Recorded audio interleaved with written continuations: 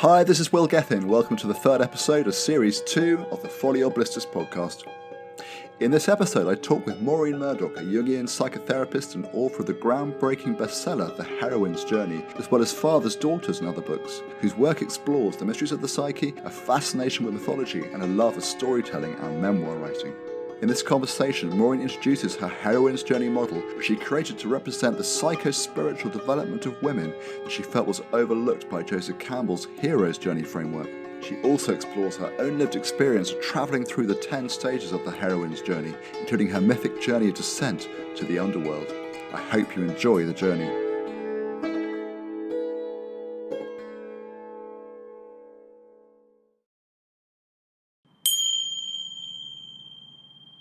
Good morning, Maureen. Good morning, Will. I say good morning. I mean, it's actually afternoon here, but you're over in California, where I believe it's about probably about just past 8 o'clock. That's right. It's 5 after 8. Great. So to date, we've been working with 5 condensed stages of Joseph Campbell's Hero's Journey model on this podcast. And today we're going to try something a little bit different, as you are, of course, the author of The Heroine's Journey, Women's Quest for Wholeness, which provides a map for women for the heroic journey designed to better encompass and describe the psycho-spiritual journey of women. Right. So for this conversation, we're going to be hearing about your own personal heroine's journey while travelling through the 10 stages that you've created for your heroine's journey model. And I'll just give a little brief introduction to the book before asking you to say more. It was first published in 1990, and you recently published a 30th anniversary edition a couple of years ago. And it was written in response to Campbell's Hero's Journey map. Right. And your book draws on cultural myths and fairy tales and ancient symbols and goddesses and the dreams of contemporary women. And it illustrates the need for a greater emphasis on feminine values in Western culture today. That's right. It's published in 15 languages and read by women all over the world who are using this model for their own psycho-spiritual development. So, Maureen, do you want to start by explaining how this book and your Heroine's Journey model came about? And perhaps you could then give me a quick introduction to the stages of the journey. Sure. Thank you. Thank you. Yeah, thank you, Will, for inviting me on your podcast. My well, pleasure. to give you the history of it, Joseph Campbell used to come out to Southern California in the late 70s, early 80s, to teach for extended weekends at what was then called the Human Relations Institute in Santa Barbara, which is now called Pacifica Graduate Institute. Anyway, when he would come out from New York to share those weekends with us, I was his assistant, meaning I always started created a guided imagery or meditation before his lectures. And so we got to know each other fairly well. Oh, okay, that's interesting. I didn't realize you did that. Okay. Yeah. I was using his model of the hero's journey in a group that I did for over a year with both men and women. We met once a month going through the stages of Campbell's hero's journey. And what I came to realize is that it really didn't address some of the issues of the women in the group in particular. It didn't address the issues of the wounding of the feminine. So I started to develop the map or diagram of the heroine's journey.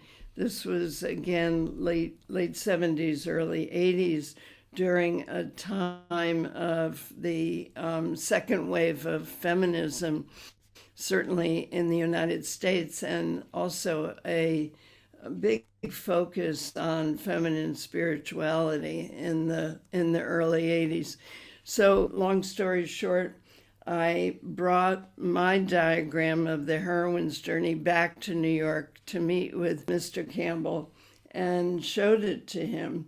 And his famous retort was, "Maureen, women don't need to make a journey. They're the place that everyone is trying to get to." And my experience, both as a psychotherapist and as a teacher, was that the women of my generation certainly were wanting to make a psycho-spiritual journey and were looking for guidelines. So, of course, what he meant was when he said the feminine is the place that everyone is trying to get to, I think what he meant mythologically, that spirit is the place that everyone is trying to get to. But I was looking at it psychologically rather than mythologically. So that's the history of the diagram. And you asked me to go through the stages briefly. Yeah, just quickly. I mean, it could have been almost a compliment, of course, from Campbell that women are actually the ones who actually realised. Right, but he was a man of a certain age. Yes. So he. No, I get it. Yeah.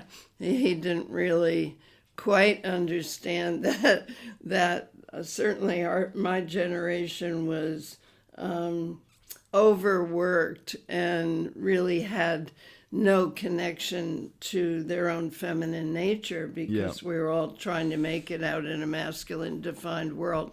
But so in terms of going through the stages briefly, the first stage is the separation from the feminine. Mm-hmm. And I want to say that I wrote this from the perspective of a father's daughter, meaning a woman who is closely identified with or idealizes the masculine or the father, which I think is true even for women who didn't idealize or their personal fathers.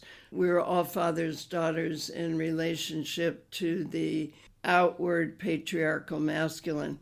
So the first stage is the separation from the feminine, which often occurs on a personal level if her daughter sees her mother as emotionally controlling, angry, illogical, passive, vulnerable, self-loathing, self-denigrating, and powerless, as some mothers of previous generations were, who had no choice about career or childbearing or child rearing, and often felt lonely and abandoned by their husbands. And if the feminine is seen as negative, then lots of times the young girl will separate from those very positive aspects of the feminine to get ahead. Second stage is the identification. Just one quick question. Sure. Does the fact that the heroine's journey involves the separation from the feminine or rejection of the feminine mean that for a woman to find it relevant and useful as a map, they need to have had that relationship with their mother that was perhaps negative and rejecting of their mother and the feminine, and a close or a relationship with their father where they're very influenced by their father as a father's daughter? Would that be necessary for the journey or not?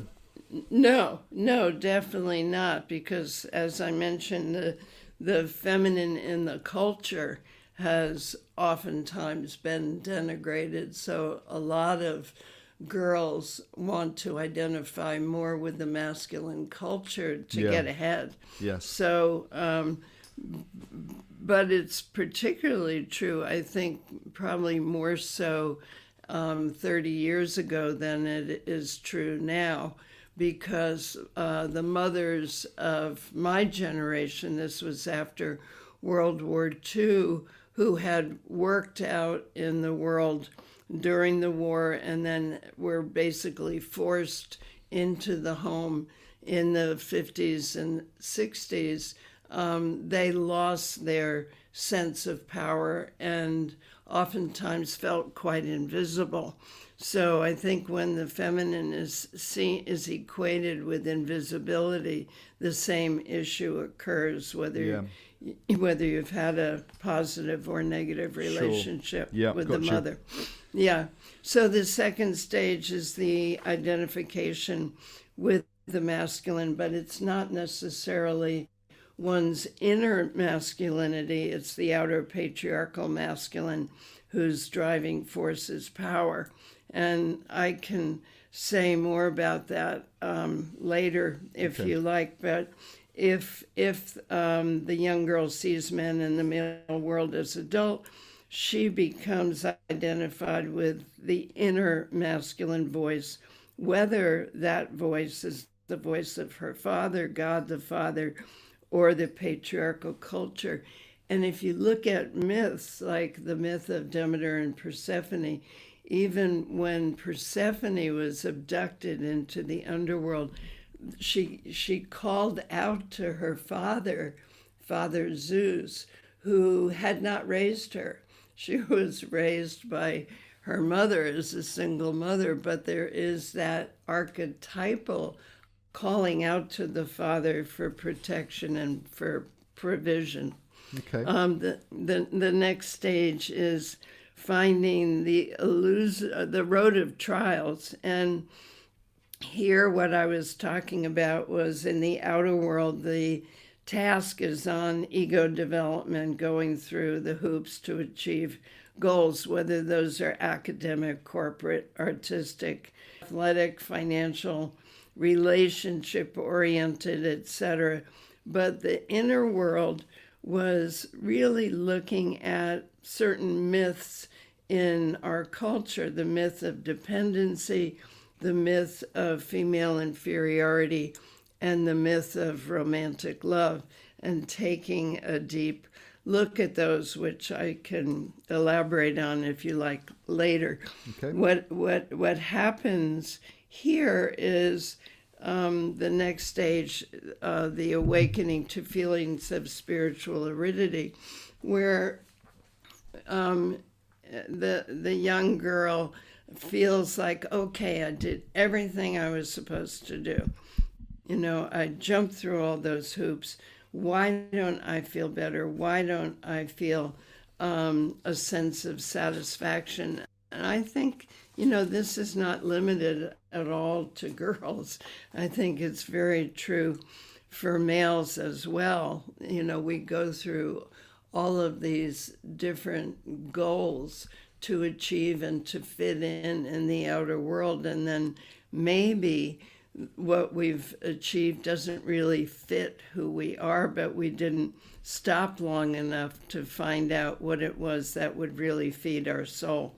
So this stage, there's often a sense of loss.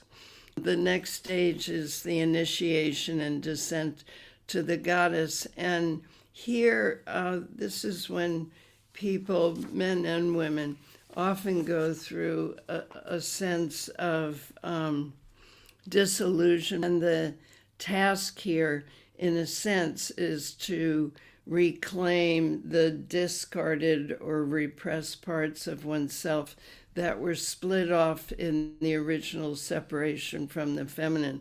And what you find here is this might be a stage that clinically would be called a depression, but I really almost see it as a sacred journey to reclaim the parts of oneself that we split off from.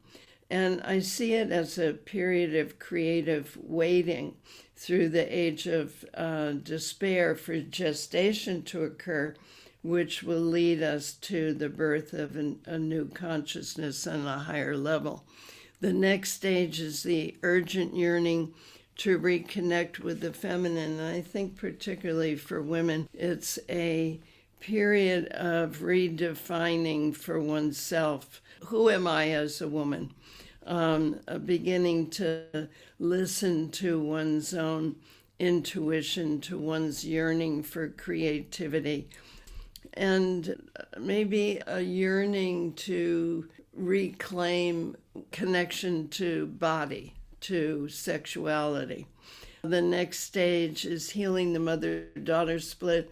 And what I meant here was to grow an internal mother, to become a good mother to oneself if there has been a separation from one's own mother or daughter, really grieving that separation, seeing if it's possible to heal it and move on.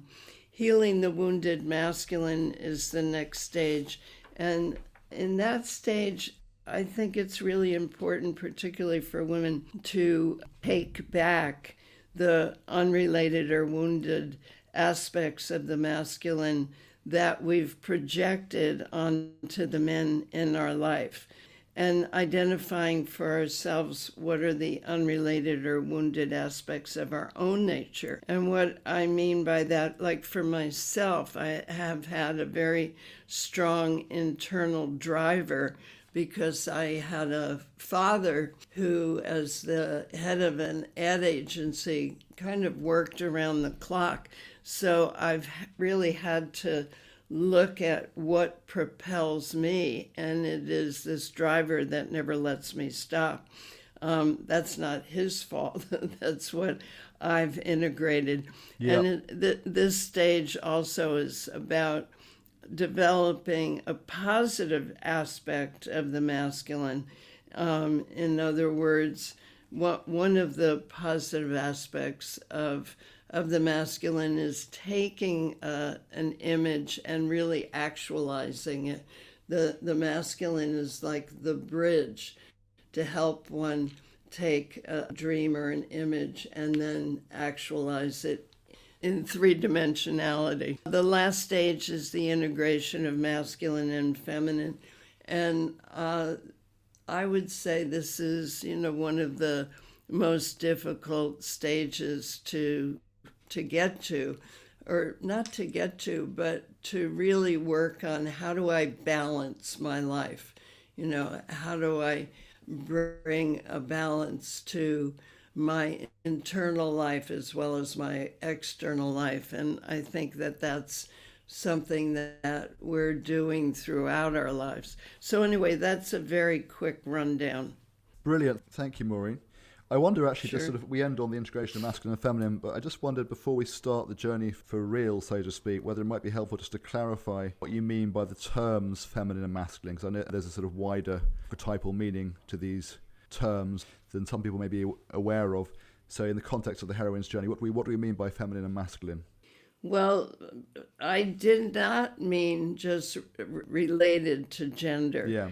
I meant that the feminine was about collaboration, creativity, curiosity, caring, and the masculine, in a sense, was more dynamic in terms of getting things done, competition, qualities like that. Yeah, So yeah. looking at those qualities across a continuum within all people.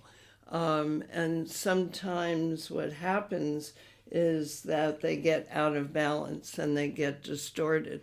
So caretaking might become smothering. Competitive might be disregarding other people. So really looking at these qualities in balance and then looking at these qualities out of balance. Okay, thank you. And yeah, you mentioned that the journey is also, while it's called the heroine's journey, it does actually apply to certain men or some men.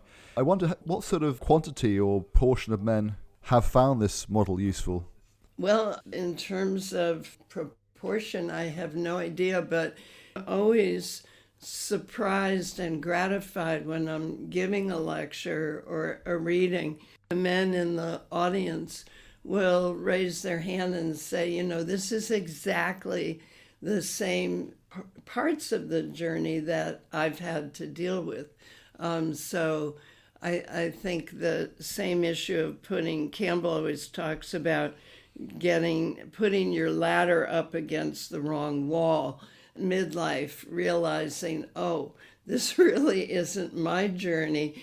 I took this to please for men. I took this to please either my father or my mother, and this does not feed my soul. So I would say in particular, that very first part of the journey, that where I hear from men and where men come into therapy, as well as women, is that stage of awakening to feeling of spiritual aridity and death and saying, okay, I did everything I was supposed to do.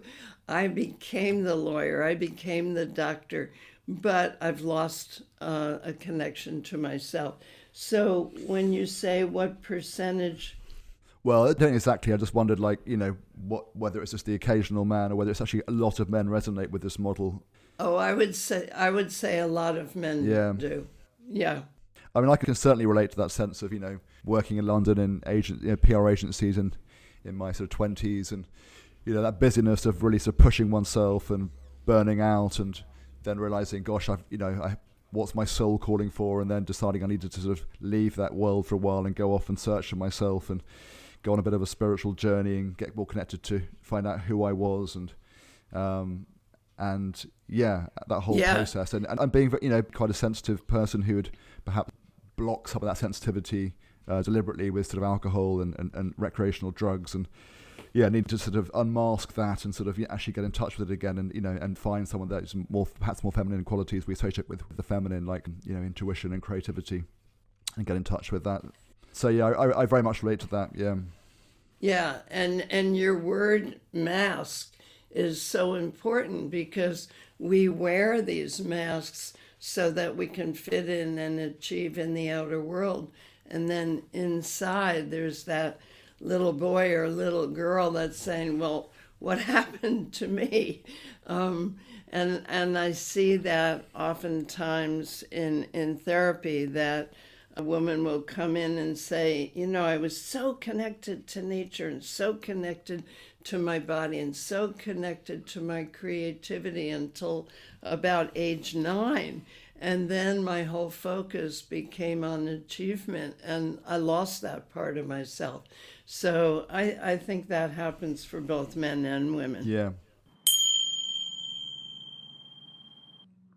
Hi, this is Will here again. That bell was just to alert you that we're going to take a quick break so I can tell you about the different ways to listen to and engage with this podcast.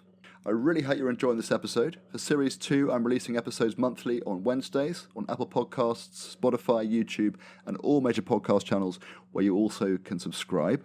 Any ratings and reviews on Apple Podcasts will be greatly appreciated, as they really help to let others know about Folio Blisters. And don't forget, we're spelling Blissters with a double S on the bliss. To find out more about this podcast and the hero's journey, please head to my website, consciousfrontiers.com, where you can sign up to the monthly newsletter for news and updates and follow our social channels. Thanks for listening, and now let's get back to the journey.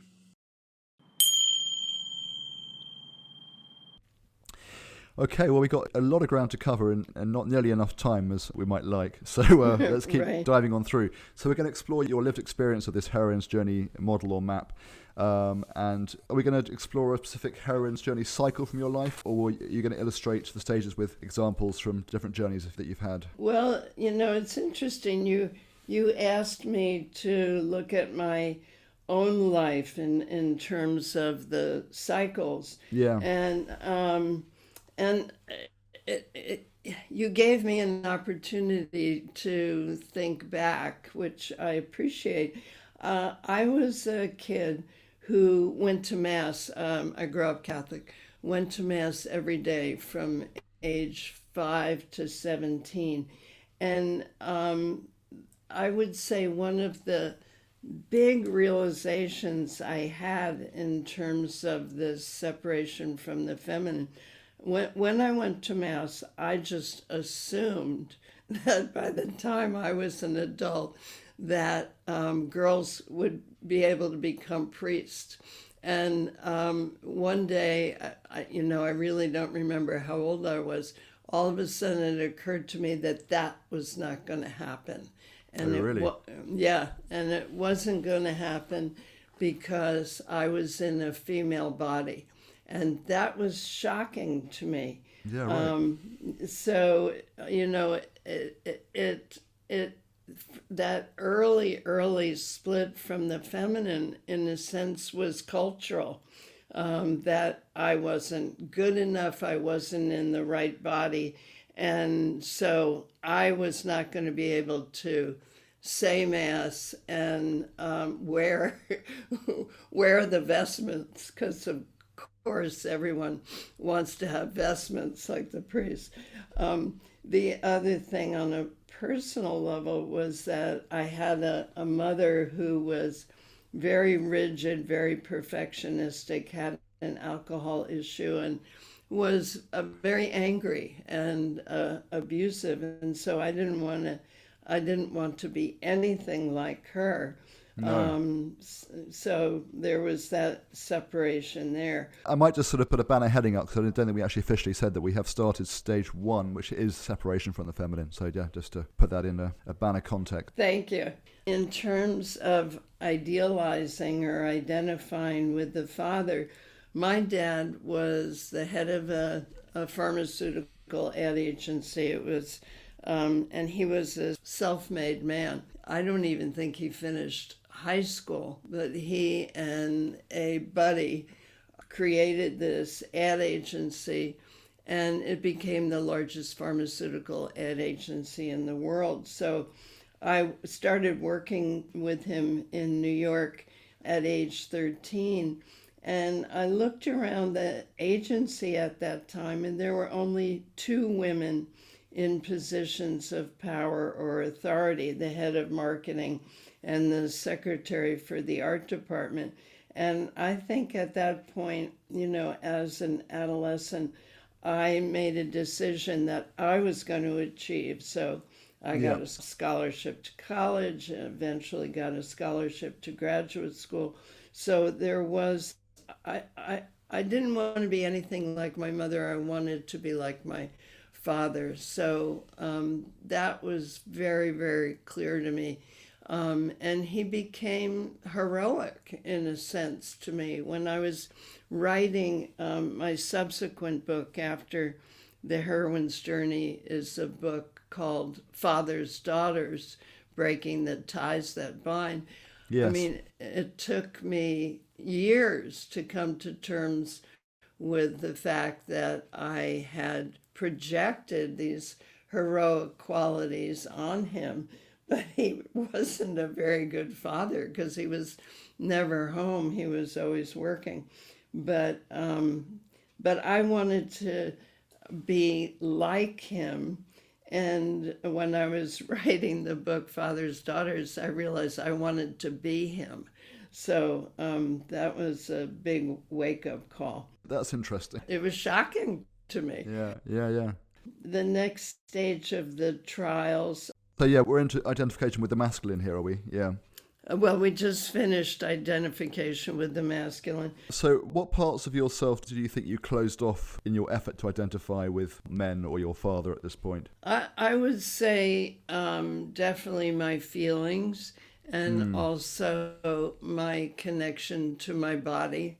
And that's been an issue for me all the way through the journey, this non-connection to my body, so that, it's difficult for me to accept when I'm sick or when I'm injured. I kind of treat the body like, it's my servant. So I would say that came out of an over-identification with my father as well. Yeah. So into the road of trials. The road of trials. Well, this stage is where the heroine, in this case yourself, meets challenges and faces adversaries and also builds resources and strengths, much as in the hero's journey. And what sort of dragons and challenges do you think you met along the way as you headed out in search of success? Well, I didn't get out into the world because I got pregnant when I was 21. I remember reading about that. Your mother was not impressed at all, was she, about that? No, my mother was so upset that I came home pregnant out of wedlock that she would not allow me to get married. We lived in New Jersey. She would not allow me to get married in New Jersey. She was so filled with shame. So my former husband and I got married in a small church in New York. So, I mean, talk about the disregard of the female body. I mean, she expressed her abhorrence of sexuality by saying, okay, you can't get married in the local church. She actually asked the local priest to exorcise me. That's right. Yeah. Yeah, That's pretty yeah. extreme. It was extreme. And luckily, he said no. So, Yes. Thank God. yeah, exactly. But the other thing about the trials that I write about is this myth about inferiority or Yes. deficit thinking, that just being born in a female body is not good enough. It's interesting, when I was reading Michelle Obama's memoir called Becoming, she talked about the constant need for A's, to get A's in life.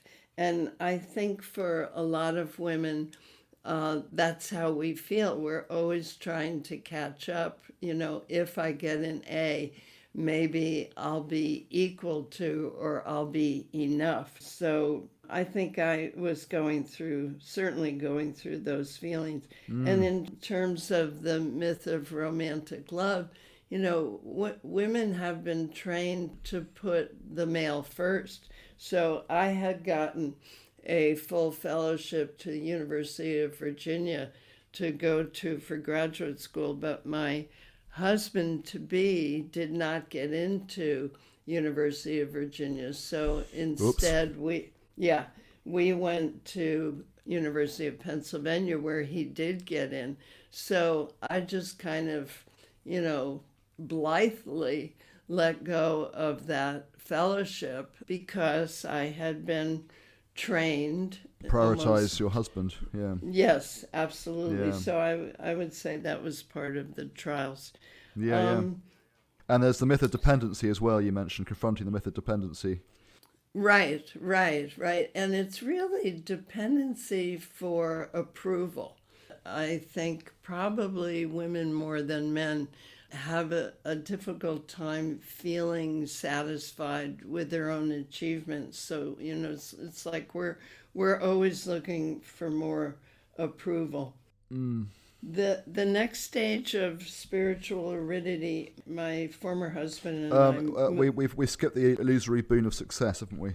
Well, finding the boon of success, I was just in a sense talking about that in terms of not feeling a sense of satisfaction with the successes that we have.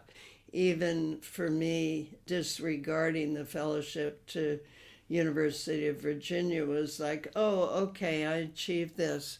But since I have to support my husband, I'll just let that go. Yeah. Yeah. Okay, so let's go into the next one, yeah. Awakening to feelings of spiritual aridity. This happened for me after we moved to Los Angeles. My ex and I divorced in 1978, and I went back to graduate teaching full-time. I began to study with Jean Houston, with Joseph Campbell. I became a therapist. I really yearned for a connection to spirit. And that was when I started to read about goddesses of all different cultures and felt a deep connection to them, because I mentioned to you that in the initial separation from the feminine, going to Mass every day, I would always kneel in front of Mary. I think I was looking for the good mother, but that connection to the sacred feminine has always been deep-seated in me. So the sense of spiritual aridity led me to start to study about the goddess and to start to do art about the goddess. I did a photo show. I'm a black and white photographer.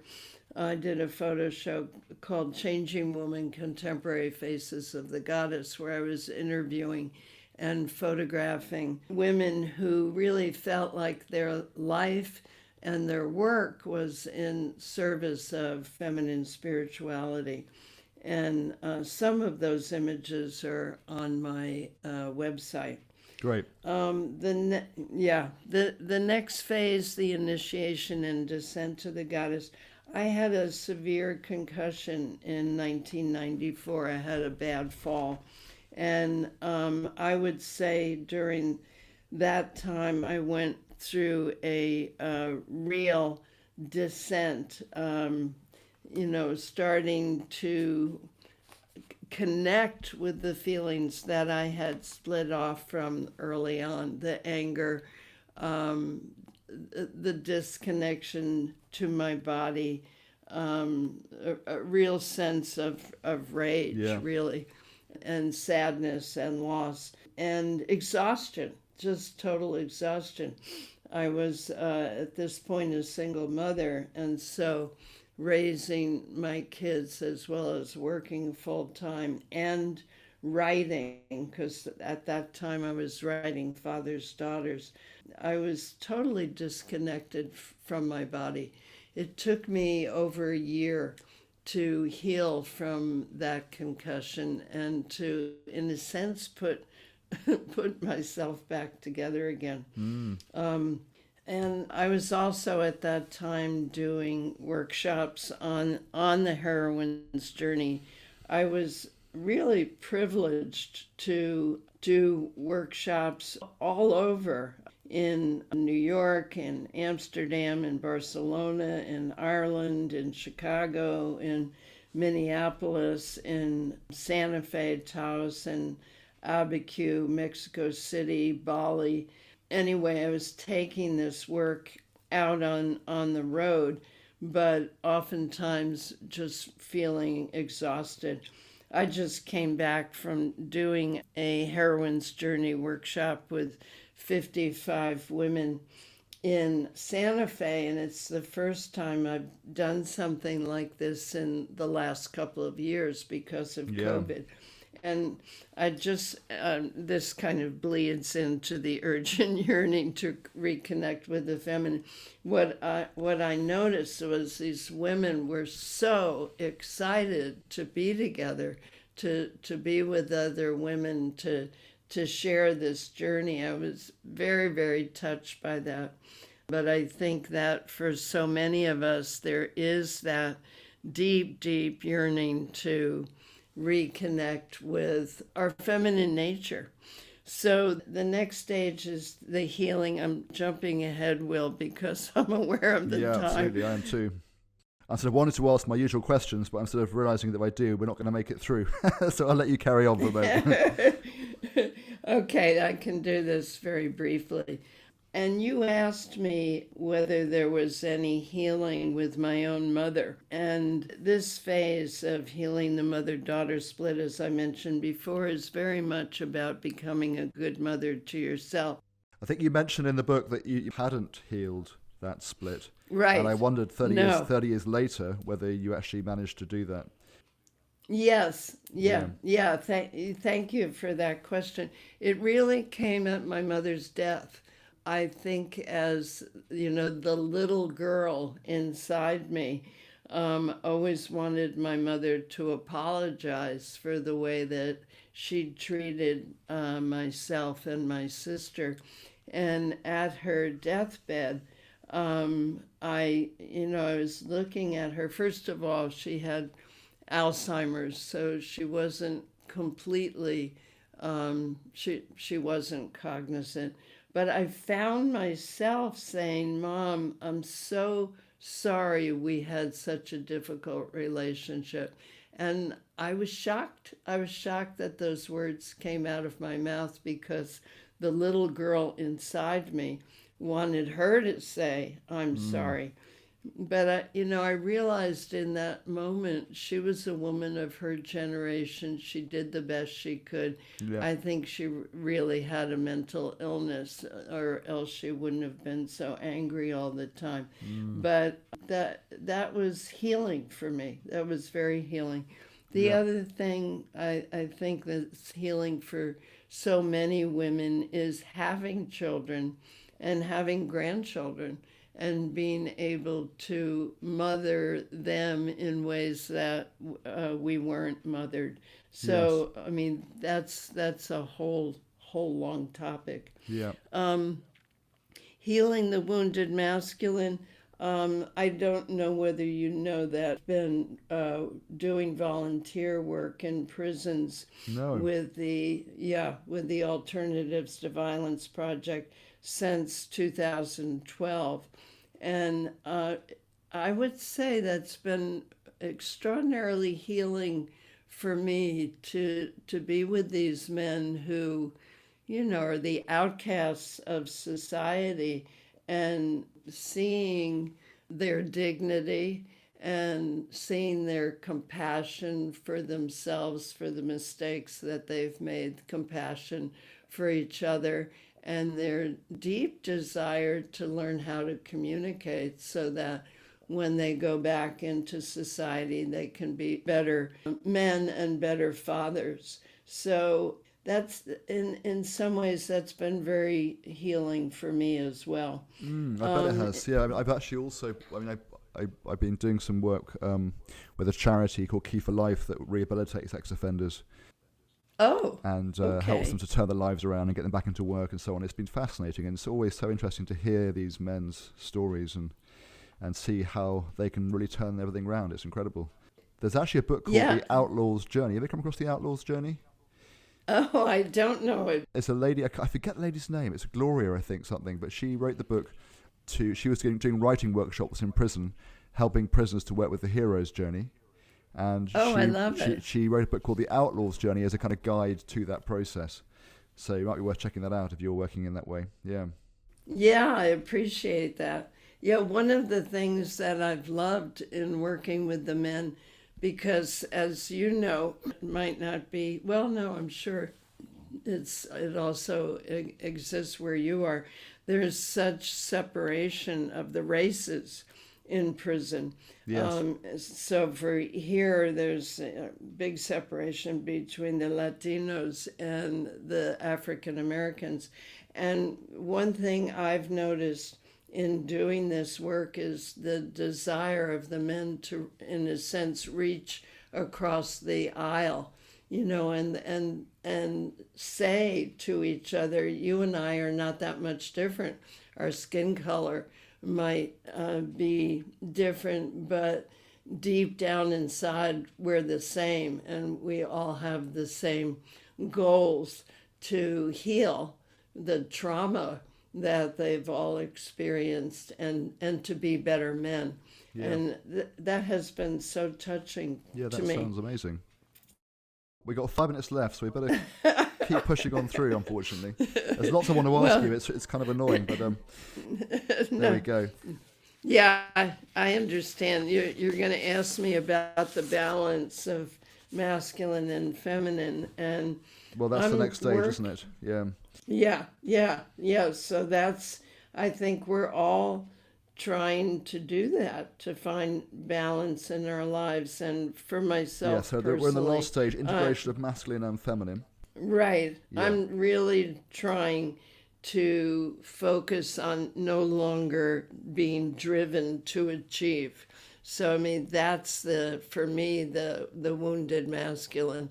And in terms of the wounded feminine, I would like to be able to create without a product in mind.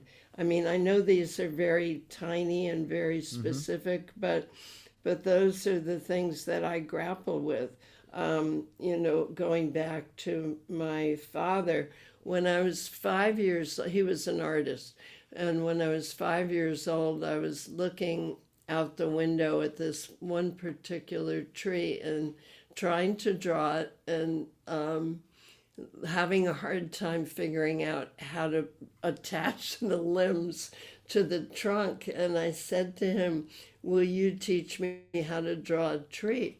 And he looked at me and he said, you either have it or you don't, which was just, I mean, can you imagine saying that to a 5-year-old? But I think what I took from that was, okay, I didn't have it.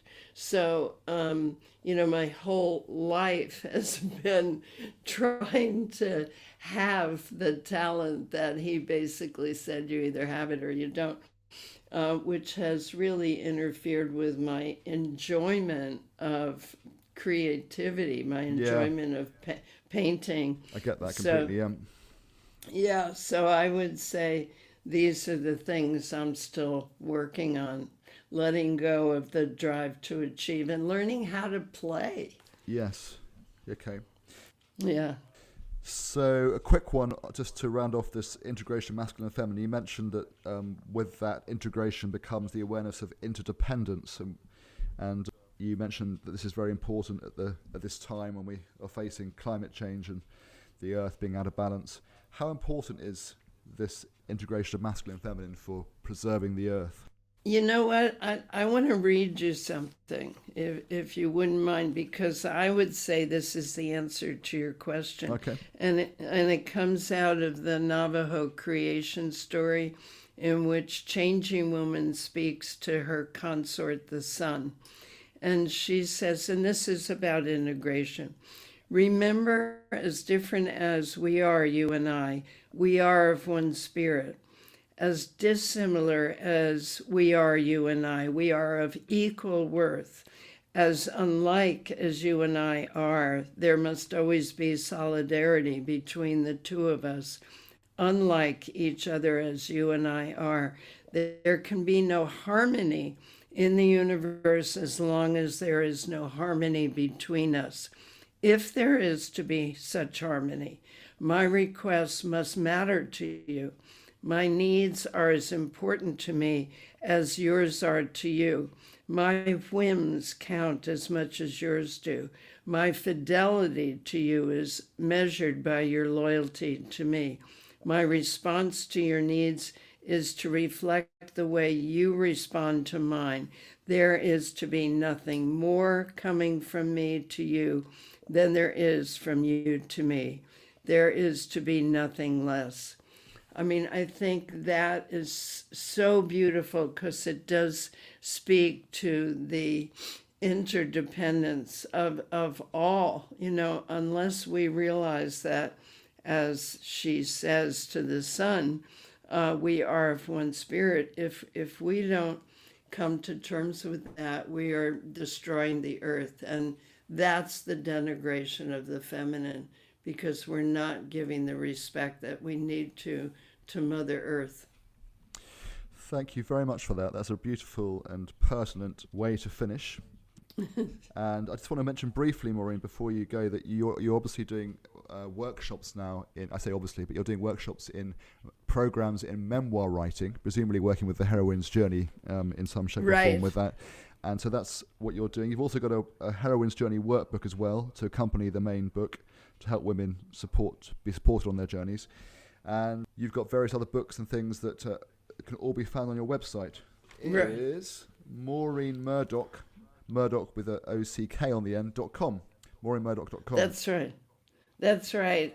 Anything to finish off with, Maureen, you want to add on to that, or are we good to go?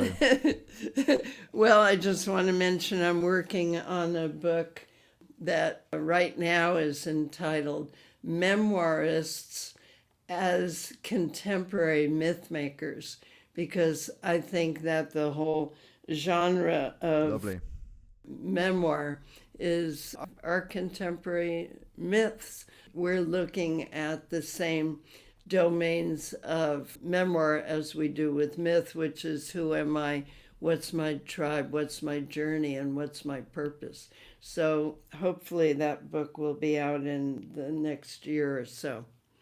And Will, thank you. Thank you for this time to talk about the heroine's journey. Thank you. I really appreciate it. Thank you for your time and for your sharing your experience of and feminine wisdom and mythical wisdom. So thank you so much. And best of luck with all you're doing. And there's so many things I'd like to have asked you that you haven't had time to because we were a little cut short for time. But perhaps we'll catch up another time. Okay, well, have a great day. Good luck with your teaching now. Thank you very much. Blessings to you. You too. Much love. Bye-bye.